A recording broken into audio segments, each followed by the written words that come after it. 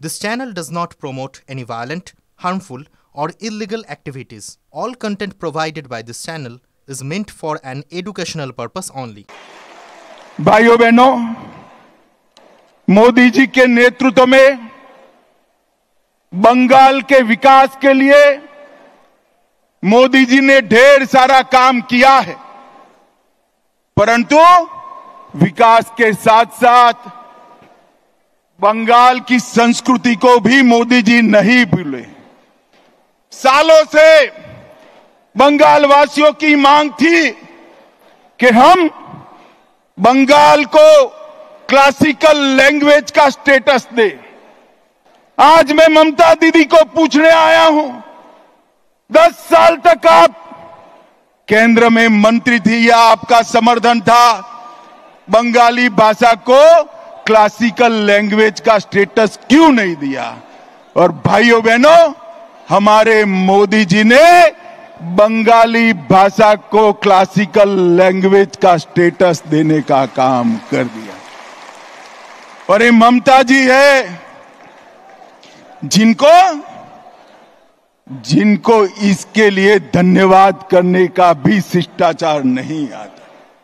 भाइयों बहनों, आगामी चुनाव में यहां बैठे हुए सभी मंडल के पदाधिकारियों का मेरा विनती है कि बंगाल का चुनाव सिर्फ बंगाल का भविष्य नहीं तय करता है। बंगाल का चुनाव देश की सुरक्षा के साथ जुड़ा हुआ चुनाव है, क्योंकि ममता बनर्जी ने हमारे देश की सीमाओं को बांग्लादेशियों के लिए खुला कर दिया है। इनके आशीर्वाद से घुसपैठ हो रही है। मुझे बताओ मित्रों, घुसपैठ रोकनी चाहिए या नहीं रोकनी चाहिए? जोर से बोलो, रोकनी चाहिए या नहीं रोकनी चाहिए? क्या दीदी रोक सकती है?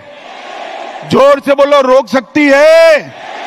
ये भाईपो रोक सकते हैं क्या? घुसपैठ केवल और केवल कमल फूल की सरकार रोक सकती है। तृणमूल के सांसद मुझे संसद में पूछ रहे थे कि बीएसएफ क्या कर रही है। अरे ममता दीदी, हमने आपसे भूमि मांगी है, पूरी भूमि दे दो, बाढ़ को समाप्त हो जाने दो, एक परिंदा भी पैर नहीं मार पाएगा, परिंदा भी पैर। आप जानबूझकर बॉर्डर पर भूमि नहीं देते हो क्योंकि घुसपैठ चलती रहे, आपकी वोट बैंक बढ़ती रहे और आपके बाद आपका भतीजा भी मुख्यमंत्री बनता रहे। भाइयों बहनों, ये होने वाला नहीं। ममता दीदी को मैं भारतीय जनता पार्टी का ग्राफ बताने आया हूं। 17 के चुनाव के बाद हमने तैयारी की, 19 की लोकसभा में हमें सफलता मिली, 21 की विधानसभा में 77 सीटें मिली और 24 की लोकसभा में 97 सीटों पर भारतीय जनता पार्टी का लीड रहा, 97 विधानसभा सीटों पर। और 143 सीटों पर 40% से ज्यादा मेरे कार्यकर्ताओं के परिश्रम के कारण वोट मिले हैं। मैं आज ये नरेंद्र मोदी की सेना जो मेरे सामने बैठी है, भारतीय जनता पार्टी का कार्यकर्ता बैठा है, उसको मैं बताने आया हूं कि थोड़ा फासला बाकी है।